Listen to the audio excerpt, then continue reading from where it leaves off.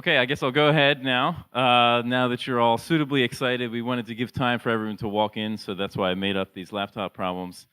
So this is about a deterministic stash-free write-only ORAM, so it's a slightly different model than what we've just seen.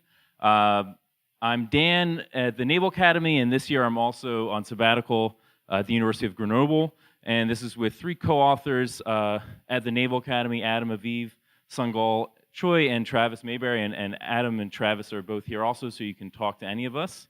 So thanks for having me. Happy to be here. Let me give you a little bit of a history of what this problem space is like and what I'm going to talk about. So, okay, you want to secure your storage remotely, or also maybe how to encrypt your hard drive better. So you have some storage that you don't trust that may be compromised. And the important thing here is that plain encryption is not enough. So you want to protect the access patterns, what things have been read and written, like the metadata, besides just the contents itself. So ORAM is a solution to that, a generic solution that was proposed as early as the late 80s. And that was the square root ORAM, and I'll actually show something about that. But the problem is it's slow. It's not really scalable to be used for most applications, for some, whatever. We would like it to be faster, let me say that. And the way to make it faster and even to break this log n lower bound that was just mentioned is to cheat somehow. So some things that have been done to cheat recently is using some server-side computation with PIR. We saw in the previous talk that you can cheat by having multiple servers and using PIR. And another way to cheat that was proposed at CCS 3 years ago by a few authors, the first of whom is Blas, is to have a slightly weaker privacy definition of write-only ORAM. And so then they got much better efficiency with a slightly different privacy definition. But even that still is maybe a bit too slow to compete with hardware speed. And so what I'm going to talk about today is making that scheme faster. So the same slightly weaker privacy definition, but much better performance than that. And we actually end up with a very simple construction that has some unique properties compared to other ORAMs that are kind of interesting. So what I'm going to do, I should say, this is also the outline of my talk. So I'm going to start by trying to motivate this a little bit, then talk about these three solutions in order. So I'm going to talk about the original square root ORAM, because it kind of relates to what we did, and that'll be interesting to see, I think. Then I'll talk about this write-only ORAM, and then I'll finally spend a little bit of time talking about our work. And it's just at a very high level. Of course, there's more details to find out. Okay, so cloud file storage is one example of where this makes sense. I have some data, I want to store it on the cloud, like with Dropbox or something, and probably don't have to convince you at all that these things are hacked all the time, and it'd be a good idea to encrypt your data there. And you would probably also like to encrypt your metadata, like which files did you access at what time, that kind of thing. Another example is devices that you carry around, like your laptop. If you flew here from a different country, then you had to go through some border control. And the border control agents, even if you're a US citizen now, can seize your electronic devices. They can clone your hard drive, for example. And maybe you would like them to not be able to find out what's on your hard drive. So then we want to do something about that. Same with your smartphone, perhaps. And there we really care about efficiency as well. And again, to say that encryption by itself is not enough, that it's securing the metadata is important as well. Here's two cute quotes. To be honest, these are both about phone metadata, phone call metadata, but I think they're also applicable to any kind of a similar metadata that we're talking about, what's accessed, when, and by whom. So Susan Landau, it has a nuanced way of saying that the metadata is very valuable, gives a whole lot of information. If I just know what files you're looking at, I can learn a lot about your behavior on your computer. And a more blunt statement came from a former NSA and CIA director. He said this is not like a Snowden leak or something. He said this in a public forum without any coercion, with probably a smile on his face, that we kill people based on metadata. I guess referring to drone strikes or something. So in other words, this is valuable information, it's worth securing. And so here's the outline of the talk that we're going to look at, starting with square root ORAM, then the write-only ORAM, the original construction, and then our version that we're going to have here. Here's the setting for ORAM. This is what you just saw from the previous talk. We have some logical operations from the user, which are translated by the ORAM protocol into some physical operations. And the assumption is that those physical reads and writes to the storage that the ORAM protocol translates your operations into can be revealed to someone. And you want the revealing of those physical operations not to indicate anything about what you actually did, except for the number of operations that you performed. And the square root ORAM, the idea is you're going to store all of your data items on the server in random locations, and then when you go to read them, it just looks like you're reading a random location. And the problem is if you go to read the same thing again, the server would see that you read that same location again, and oh, that must be the same. And so the trick is you copy that to a local shelter area and read that the second time. And let's see what that looks like. I'm going to explain this diagram. I'm going to use similar diagrams for the other ones too, so it's worth making sure we're clear about what my weird notation is. The letters indicate logical locations. These are A, B, C, D, so those are the logical locations of things that you're looking up. And the numbers here, this is your public storage. These are the numbered locations in your public storage. So right now, these are scrambled to random locations. If I go to read something, then I say, hey, I want to read what's at location H, and we look up in a position map and see that that corresponds right now to location 3 on the back end. So that gets copied to the shelter, and you're able to read that. And if you read something else, then you'll go to read something else, and that's just another random location. If you go to read the same thing again, so the third logical operation here is to read H a second time. It doesn't go back and look at this because that would reveal that you're reading the same thing. Instead, it just reads a dummy location, or the way I've done it here, which is equivalent, is to just read another random location and also put that in the shelter area. So what the public sees is just that you read 3 random locations, has no idea what's going on. But now, of course, our shelter is full. We can't do any more, so we have to do a shuffle operation. So after every square root n operations, you have to shuffle everything, including incorporating the new writes back into the storage. So now we have a new random permutation, and if you go to read something else, it'll have no relationship with the previous address that was read. This is from the late 80s. We were able to do this, very exciting. And remember, what we're looking at for the security model is that an adversary can see this whole history of what you've done to the public server, but you want them to not be able to correlate that to any kind of potential logical access pattern. So here's a summary of some regular ORAMs. This shouldn't say write only, but anyway. This is a regular ORAM comparison, and so that's the square root ORAM construction I just talked about. And there's also path ORAM is pretty well known and popular, so that's another one I put there that reduces that overhead to log n. But log n is a lower bound, at least in some settings in this model, and so that's kind of as good as you can get. So if we want faster than that, like I said, we have to change the model somehow. I also want to point out that path ORAM uses a lot more public storage, so you have a blow up in the size of how big your database has to be on the back end. And the constants can be kind of high, and that's been a lot of work also in improving that recently. So what's different in the write-only ORAM setting is everything looks exactly the same. We still have logical reads and writes that we're trying to perform. We still have an ORAM protocol, which is translating those into physical reads and writes. But the difference is that we assume the physical reads are not revealed to the adversary. So the adversary only gets to see the physical write operations you do and not the physical read operations. So of course, every ORAM could be a valid write-only ORAM, but we want to exploit this weaker privacy definition to make something faster. And this actually does make sense in a number of applications. So reducing the privacy in this way actually is what happens for some important use cases. One is encrypted hidden volume, so where you're assuming someone can take snapshots of your disk, and maybe the physical medium itself leaves some history of the previous write operations. Typically, it doesn't leave history physically on your disk, or you wouldn't be able to tell from snapshots what's been read, but you might be able to tell what's been written. So that's one setting. Another setting is secure computation with a remote attacker, so an attacker that can't actually look at wires on your device, but can maybe take snapshots of RAM because they're co-resident on a cloud server or something. Actually, there was an attack based on that exact setting, so that's worth securing. And another one is synchronization with utilities such as Dropbox. So why is that a write-only ORAM setting? Is that if I'm using Dropbox, I have a copy of all those files on my computer. Dropbox has another copy. When I read something, I'm just reading it from my own computer. When I change a file, that write is sent to Dropbox, so it's only the writes that I need to protect against being revealed.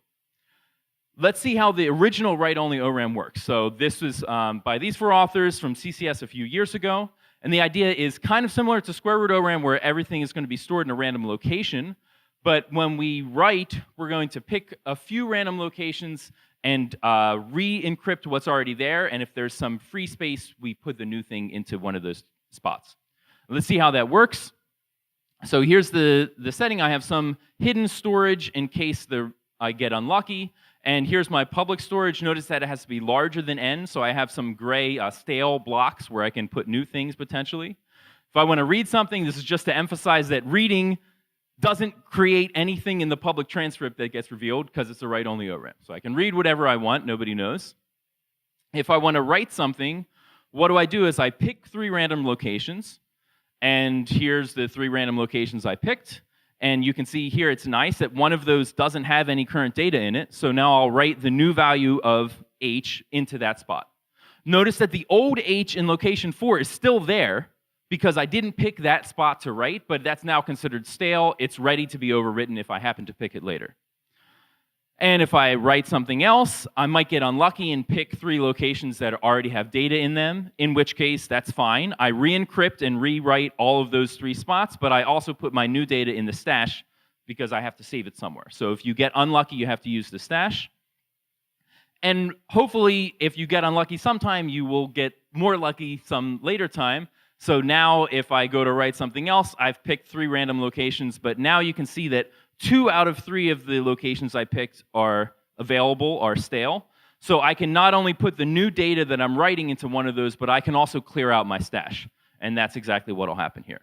So again, to emphasize, all that somebody, an attacker would see is that you just write to 3 random locations, then to 3 independent random locations, then to 3 independent random locations over and over. Has nothing to do with the actual accesses. That's pretty great. But there's a couple things that I've not revealed to you, or some more details here. So one is, what about the hidden storage? So what about the shelter in the square root ORAM and the stash in this write-only ORAM? Where does that go? Well, normally we assume that's just stored. You might just think that's just stored locally on your machine, but that creates a lot of problems if you have multiple clients, for example, or if you're going to turn off your laptop or something and you want it to be able to be restarted successfully. In that case, you need to copy all the local storage to the remote end every time. So that's called a stateless ORAM, where you only have a constant amount of local storage, maybe for the encryption key or something. And so if you transfer that entire local state, for square root ORAM and for path ORAM, it's kind of interesting. It doesn't affect the asymptotic complexity. So like for square root ORAM, the size of that shelter is square root n. The amortized cost per operation is also square root n. So if I have to transfer the whole shelter every time, it's still a big O of square root n, not a big deal. But for the write-only ORAM that I just showed you, it does make a big difference. So we now would move from a complexity of order 1, because you're only doing 3 writes per step, to log n, because that's the size of the stash. So what I'm saying is that for the write-only ORAM is the first time that making it stateless by having to transfer this whole local storage every time really changes the complexity, and in fact makes it just as bad as path ORAM in an asymptotic sense. So here's what we have. If we look at that, you can see that the write complexity here, we can get constant time from what we already had, but if you make it stateless, then you have to worry about transferring this hidden storage with every operation, and that's really the problem. And so now I'll finally tell you what we did, or at least the gist of it, which is that we split the storage into 2 parts. We have a long-term storage and a holding area. They're both, think of them as, they're both going to be written sequentially. The difference is that in long-term storage, we're going to put things in their actual location. So we're not going to scramble and put things in random spots. In long-term storage, item A is really going to go in the first position, item B is going to go in the second position, etc. And in the holding area is where we're going to put things just in the order that they come in until we have a chance to copy them back to long-term storage. And that's the idea that we're going to have. So here's a picture that we have. I wanted to emphasize that there's no local storage. Okay, so that's an improvement. And let's see how it works. So here's initially we have everything in its sequential write location in long-term storage, and the holding area is empty. When I do a write operation, I'm going to be always writing the next 2 spots in long-term storage and the next 1 spot in the holding area. So my new thing that I'm writing, in this case H, goes into the next spot in the holding area, and I also re-encrypt A and B that were in long-term storage. If there was new versions of those in the holding area, I would copy them in. In this case, there weren't, so I just re-encrypt them. And so the public transcript just says that I wrote new data to these 3 spots. And then when I write the next thing, I just move down the buffer. So I'm going to now re-encrypt the next 2 spots in my long-term storage, and I write my new thing to the next spot in the holding area. And I'm going to keep doing this forever and ever. Now let's look at what's going to happen the next time. For the next write operation, I know I'm going to write these 2 indexes, 4 and 5, in the long-term storage. And at that time, I'll get a chance to transfer this new version of F that was in the holding area. I'll get a chance to copy that into the long-term storage. And so that's what happens, and I can do that regardless. It doesn't matter whatever the next actual thing that I was writing is. I can always do that update. And that property, if you think about this and squint your eyes a little bit, what you'll see is that, for example, with this A, when will A have a chance to be transferred back to long-term storage? Well, I know exactly when it'll happen. It'll happen not the next time, but the time after that.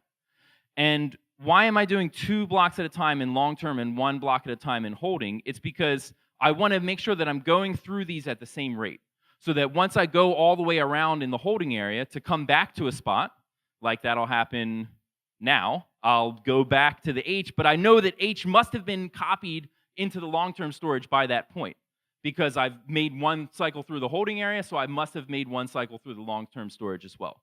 So whatever I write next, I know that the new data can definitely safely go into spot 8 and overwrite what's there, because that definitely had a chance to get written back to long-term storage, so I'm not overwriting any data.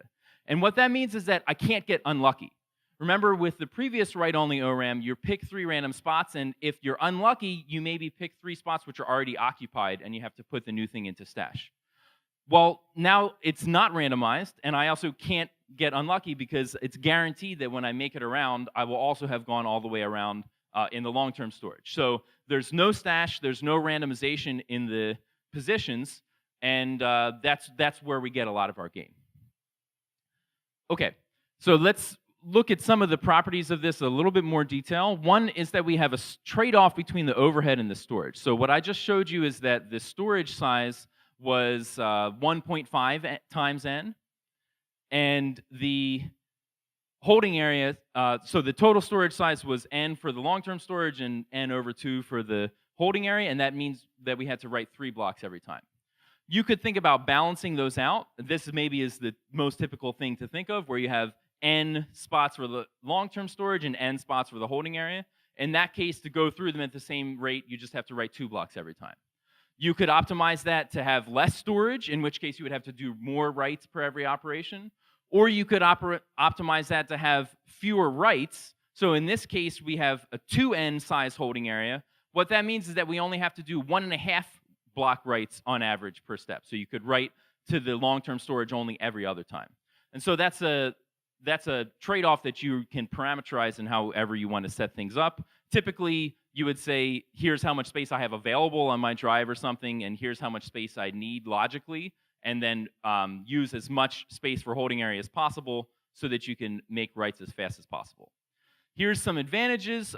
We get asymptotically optimal big O of 1 performance, but we get absolute optimality as close as you want to 1 write per operation, or as close as you want to n blocks per of long-term storage, but you can't do both at the same time. Okay. And we get a lot of locality. This is where we get a lot of practical improvement from, because things are going in order. And the sequential write pattern that we have also seems kind of ideal for the way SSD devices work, where you have to periodically clear everything out after you've written things a bunch of times. It's going to have perfectly even wear leveling on SSD drives. So that's kind of nice.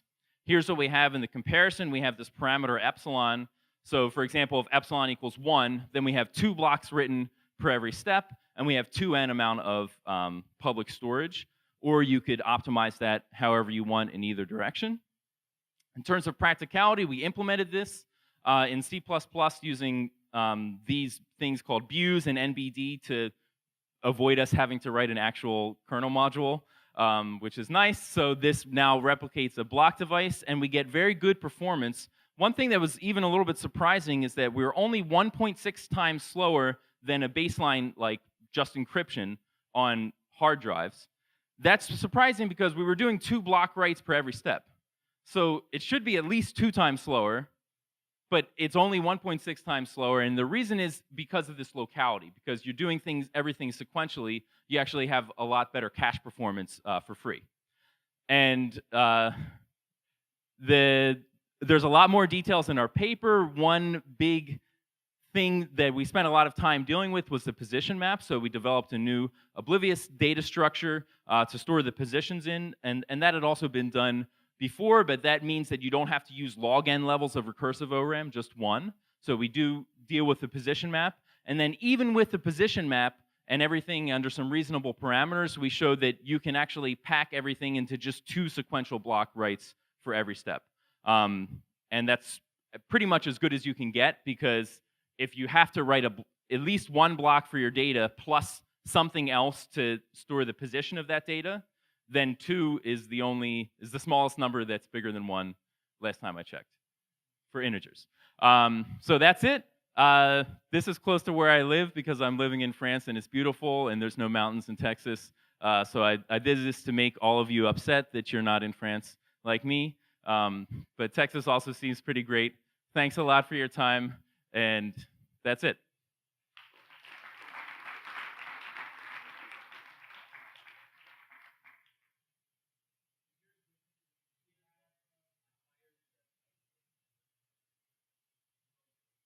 Okay, so the question was, does our position map require that it's a write-only ORAM, or would that work for other ORAMs as well?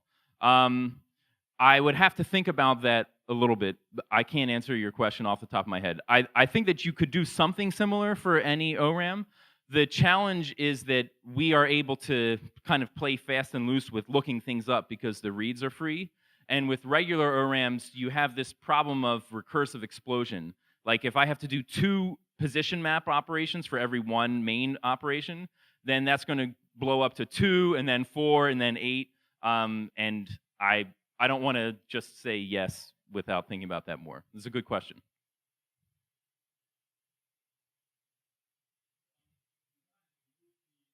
The shelter to the server side, right? So in the process of what you illustrated, you have to read content from the shelter and occasionally write stuff back, right? Because those newer versions, you need to write those back. Do you assume the server will not see those reads from the shelter as well, or?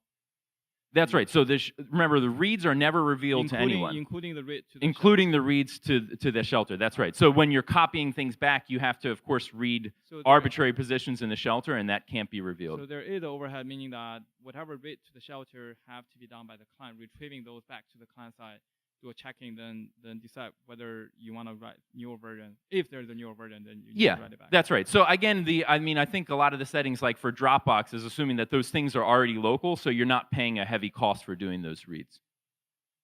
Yeah, but in your setting, the whole point is to move shelter to the server side so that you don't have storage costs on the client side, right? So that has to be done somehow on the. Yeah, but I'm saying that if it's like a write-only the Dropbox setting, I have a copy of all the data locally, so I don't have to communicate with the server to do that read. Okay.